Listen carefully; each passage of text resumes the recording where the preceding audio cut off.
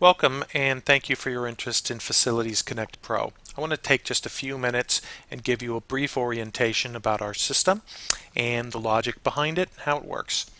This is the splash page that everybody sees as they come in. It's fully customizable, so you can add your own text, you can have your own logo, you can put your fee schedule in, so there's a quick reference, answers a lot of questions.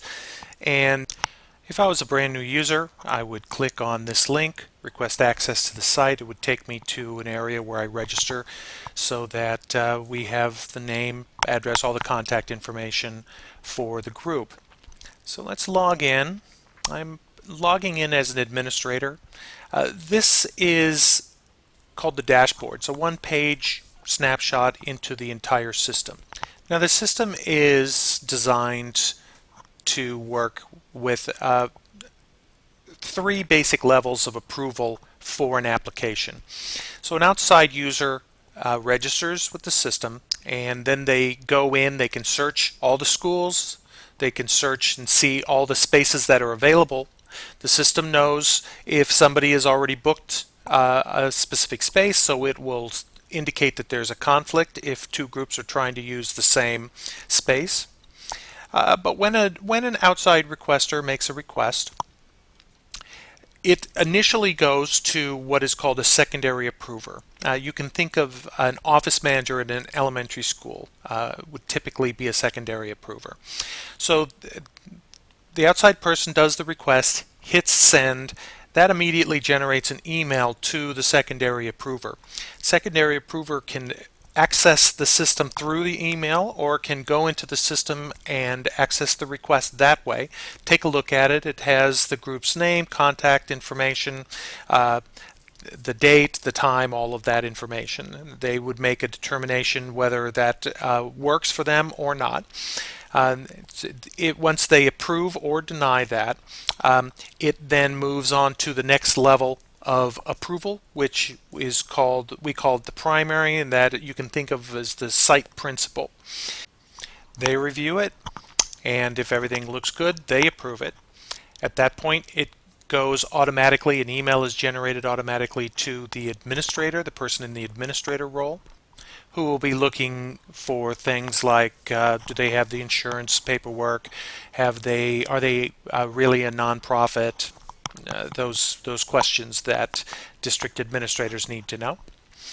Once that is done, once the approval process is complete, emails are then generated back out to the initial requester and anybody along the food chain that has been handling that process, so everybody is notified. The system populates a calendar, which can be accessed by any internal person about what's going on at a specific school or at several schools. The site-based folks can print out an activities report to give to their custodian with all the pertinent data about what's going on that week or that month, what event, what's the group, who's the primary contact, how many people are expected to be there, if there are any special requests or setup needs, can be handled with that report. The system, when the requesters are making the request, the system obviously knows what the costs are, and they see the costs for their request prior to hitting send, so there are no surprises. The system does allow online payments through PayPal, so they can pay with a credit card. The system also does tracks the costs and can generate the billing directly from the system in an envelope ready format. You can just fold it up and put it in a window envelope and send it out. You can monitor the costs and do all the accounting inside the system if you care to. And it monitors, like we said, the nonprofit status. The documentation can be uploaded, and also it tracks the insurance when the insurance expires, and will alert the administrator of that. That's basically our system in a nutshell. We will have several other videos that get you more in depth in each of the steps, but we wanted to try to do it within 5 minutes, and I've just about accomplished that goal. Thank you very much. Thanks for your time.